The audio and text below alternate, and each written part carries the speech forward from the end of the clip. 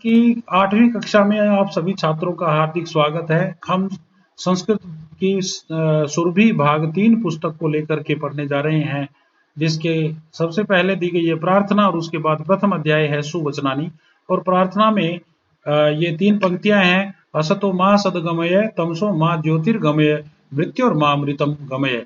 शिष्य गुरु से प्रार्थना करता है, हे गुरुदेव मुझे असत्य से सत्य की ओर ले चलो, मुझे अंधेरे से उजाले की ओर ले चलो, मुझे मृत्यु से अमरता की ओर ले चलो।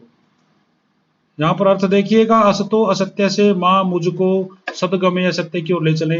गमय लोट लकार है, लेकिन हमारी लौकिक संस्कृत का नहीं है। ये गमय पद वैदिक संस्कृत से लिया गया है, जो गमयतु गमयताम गमयंतु के रूप में चलता है, लेकिन लौकिक संस्कृत जो हम पढ़ते हैं उसमें ऐसा रूप देखने को नहीं मिलता। वहां पर गस्तु गस्ताम गच्छन्तु आदि रूप मिलते हैं, तो ये वैदिक रूप देखकर आश्चर्यचकित ना हो। इसके बाद यहाँ पर देखिए कि माँ मुझे तमसो अंधकार से, ज्योतिर्गमय उजाले की ओर ले चलो, ज्योति उजाला गमय ले चलो। माँ मुझको, मृत्यु मृत्यु से, 5वीं भक्ति एक वचन है, मृत्यु से अपदान से जुदाई, मृतम अमृता की ओर गमय मैंने ले चलो। सरस्वती देवी के लिए प्रार्थना है, सरस्वती नमस्तुभ्यम वरदे काम रूपिणी, विद्यारंभम करिष्यामि, सिद्धिर्भवतु मे सदा। हे काम रूपिणी सरस्वती, अहम विद्यारंभम करिष्यामि, मे सदा सिद्धिर्भवतु वरदे। हे कामना काम रूपिणी, अर्थ दे रखे हैं ये, हे कामनाओं को पूर्ण करने वाली सरस्वती देवी, अहम मैं विद्यारंभम करिष्यामि, मैं विद्या आरंभ करूंगी या करूंगा, विद्या पढ़ाई आरंभ शुरू करूंगा, मैं मुझे सिद्धिर्भवतु सफलताएं मिले, सदा मैंने हमेशा, मुझे हमेशा सफलताएं मिले, वर दे ऐसा वरदान दे दे। हे कामनाओं को पूर्ण करने वाली सरस्वती देवी, मैं अपनी पढ़ाई शुरू करने जा रहा हूं, मुझे हमेशा सफलताएं मिले ऐसा आशीर्वाद मुझे दे दो। श्लोक, पहले अध्याय का पहला श्लोक सबके भलाई की कामना है।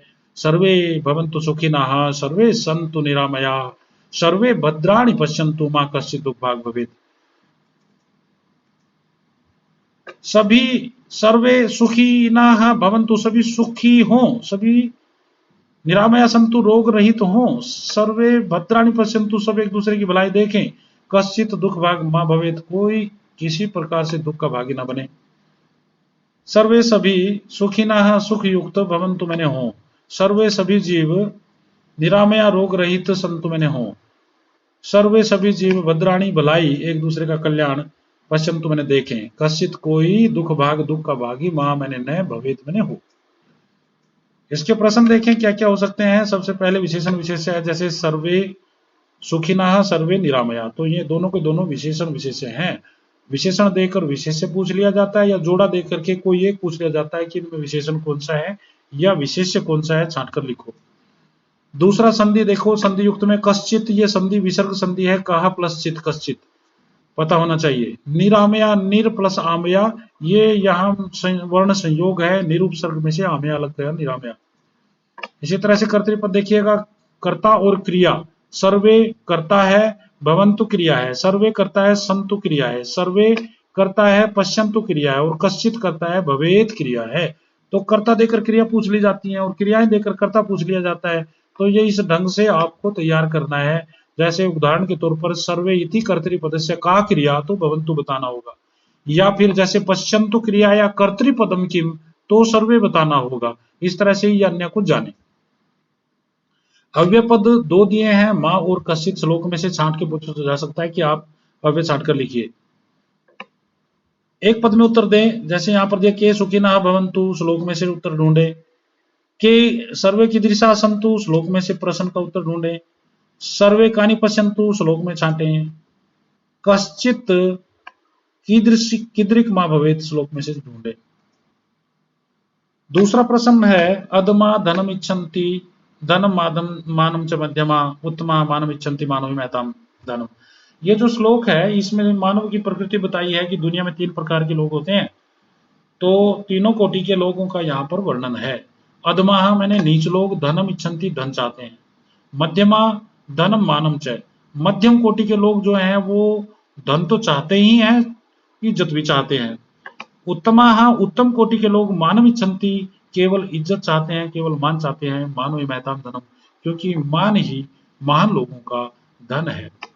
संसारे त्रिविधा जना संति, संसार में 3 तरह के लोग होते हैं। येषु अधमा जना संति, जो अधम लोग होते हैं। ते सर्वदा येन केन प्रकारेण धन में विचंति, वे तो जैसा तैसे भी बन पड़े, वो धन चाहते हैं, उन्हें धन प्राप्त हो जाए। मध्यम श्रेण्या जना धनेन सह सम्मान विचंति, परंतु मध्यम कोटि के लोग धन के साथ साथ सम्मान भी चाहते हैं।